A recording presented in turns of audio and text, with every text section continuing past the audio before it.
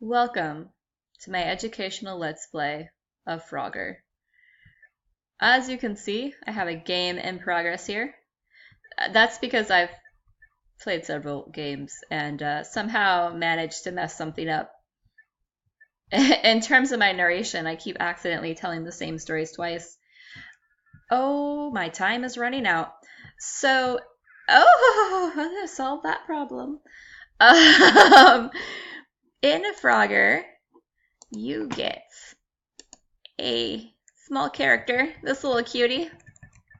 Yeah. And you have to help him navigate a busy street and a surprisingly perilous river.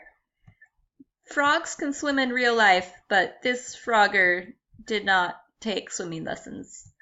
He is helpless and inept without your guidance. Ooh, that was close. Okay. Yay, I got extra points because I got the little fly.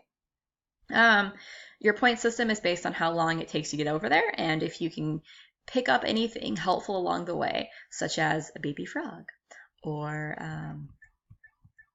a fly, for obvious reasons. The scenario is basically tied to the character. It's very straightforward. You've got really simple, blocky graphics, but they are really bright and very eye-catching. And very distracting. And since the strategy of the game is definitely to pay attention to your surroundings and to practice careful timing, it really does a good job of amplifying the whole experience. You know, you notice the way the colors are moving across the screen, the way your frog is drowning. It's great. Now, I picked this game because Frogger on the PlayStation 1 was the first console video game that my brother and I ever played and ever bought.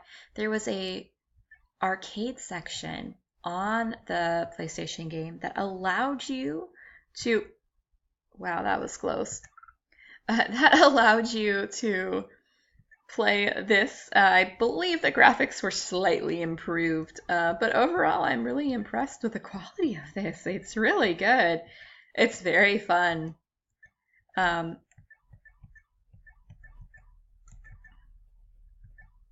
right, let's see if we can show you what it's like to have a... Oh, my hop-on died too. Oh, 2 deaths for the price of 1. So, all right, let's see. We're talking about comparative to 21st century gaming. It's a lot different than the PlayStation 1 game. The PlayStation 1 game had a lot of narrative in it.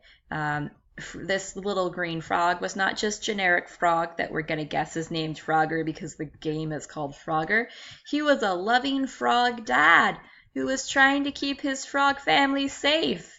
There were bad guys and excitements and intrigue, and it was just a really, really good time for everyone. My favorite frog in that version was Tad, the littlest one. He's blue.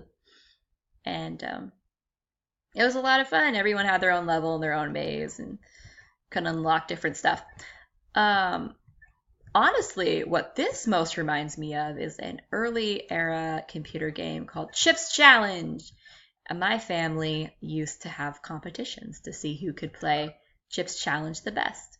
And my parents were very gracious and helped my brother and I since we were quite young when Chips Challenge was a thing. That was Windows 1995, so we were very young.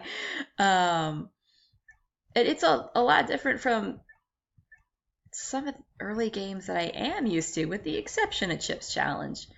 A lot of the games that I played were early RPGs. My dad loved the Journeyman trilogy, so we had that. We had Myst. We had all sorts of like really fun stuff like that. And I pretty much...